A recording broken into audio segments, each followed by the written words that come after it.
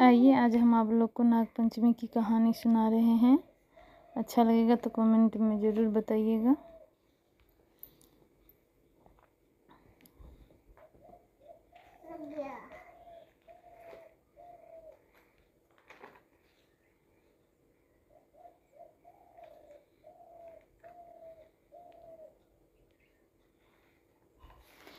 प्राचीन काल में एक सेठ जी थे जिनके 7 पुत्र थे। सातों की शादी हो चुकी थी। सबसे छोटे पुत्र की पत्नी श्रेष्ठ चरित्र की थी, परंतु उनका कोई भाई नहीं था। एक दिन सेठ जी की सबसे बड़ी बहू ने घर लिपने के लिए पीली मिट्टी लाने को सभी बहुओं को साथ चलने के लिए कहा, तो सभी धलिया और खुरपी लेकर मिट्टी खोदने लगी।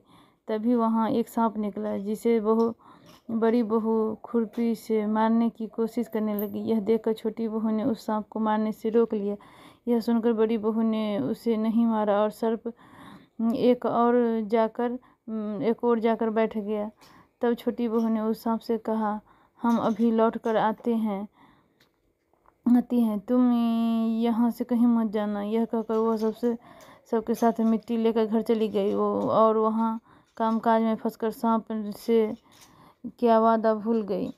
जब छोटी बहू को दूसरे दिन यह बात आई तो वह सभी को साथ लेकर वहाँ पहुँची और सर्प को उस स्थान पर बैठा देख बोली कि सर्प भैया नमस्कार। सर्प ने कहा, तू भैया कह चुकी है, इसलिए तुझे माफ़ कर देता हूँ, नहीं तो झूठी बात करने के कारण तुम्हें डस लेता। वह बोली, भैया मुझसे भूल हो गई, क्षमा मांगती हूँ। सांप बोला, अच्छा तू आज से मेरी बहन हुई और मैं तेरा भाई। तुझे जो मांगना है मांग लो। वह बोली, भैया मेरा कोई भाई नहीं है, अच्छा हुआ जो तू मेरा भाई बन गया। कुछ समय बीतने पर वह सर्प मनुष्य का रूप लेकर उसके घर आया और बोला कि मेरी बहन को भेज दो। सब हैरान हो गए, क्योंकि सभी यही जानते थे कि इनके तो कोई भाई नहीं था। तो सर्प बोला, मैं इसका चचेरा भाई हूँ, बचपन में ही बाहर चला गया था। ऐसा सुनकर घर के लोगों ने छोटी बहू को उसके साथ भेज दिया। उसके मार्ग में बताया कि मैं वही सर्प हूँ, इसलिए तू डरना नहीं, और जहाँ चलने में कठिनाई हो वहाँ मेरी पूँछ पकड़ लेना। छोटी बहू उनके कहे अनुसार उसके घर पहुँच गई। वहाँ के धन सर्प को देख वह चकित हो गई।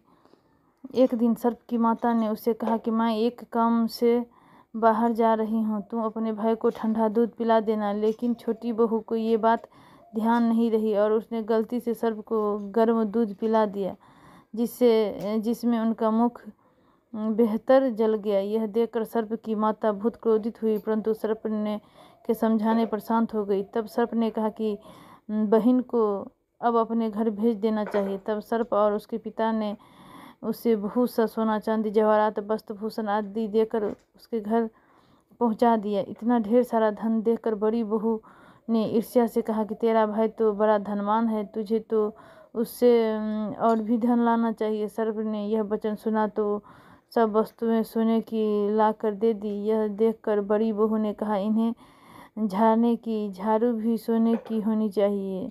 तब सर्प ने झाड़ू भी सोने की ला कर रख दी। सर्प ने छोटी बहू को हीरा मणियों का एक अद्भुत हार दिया था। उसकी प्रशंसा उस देश की रानी ने भी सुनी और वह राजा से बोली कि सेठ जी की छोटी बहू का हार यहाँ आना चाहिए। राजा ने मंत्री को हुक्म दिया और उसने वह हार लेकर शीघ्र उपस्थित हो। मंत्री ने सेठ जी से जाकर कहा कि महारानी जी छोटी बहू का हार पहनेगी, वह उसे मुझे दे दो। सेठ जी ने डर के कारण छोटी बहू से हार मांग कर दे दिया। छोटी बहू को यह बात बहुत बुरी लगी। उसने अपने सर्प भाई को याद किया और आने का प्रार्थना की। भैया, रानी ने हार छीन लिया है, तुम कुछ ऐसा करो कि जब वह हार उसके गले में रहे तब तक के लिए सर्प बन जाए, और जब वह मुझे लौटा दे तब हीरो और मणियों का हो जाए। सर्प ने ठीक वैसा ही किया। जैसे ही रानी ने हार पहना वैसे ही वह सर्प बन गया। यह देखकर रानी चीख पड़ी और रोने लगी। यह देख राजा ने सेठ के पास जाकर पास खबर भेजी कि छोटी बहू को तुरंत भेजो। सेठनी डर गए कि राजा न जाने क्या करेगा। ये स्वयं छोटी बहू को साथ लेकर उपस्थित हुए। राजा ने छोटी बहू से कहा, तूने क्या जादू किया है, मैं तुझे दंड दूंगा। छोटी बहू बोली, राजन धृष्टा क्षमा कीजिए, यह हार ही ऐसा है कि मेरे गले में हीरे और मणियों का रहता है और दूसरे के गले में सर्प बन जाता है। यह सुनकर राजा ने वह सर्प बना हार उसे देकर कहा, अभी पहन कर दिखाओ। छोटी बहू ने जैसे ही उसे पहना वैसे ही हीरे मणियों का हो गया। यह देखकर राजा को विश्वास हो गया और उसने प्रसन्न होकर उसे ढेर सारी मुद्राएं पुरस्कार में दी।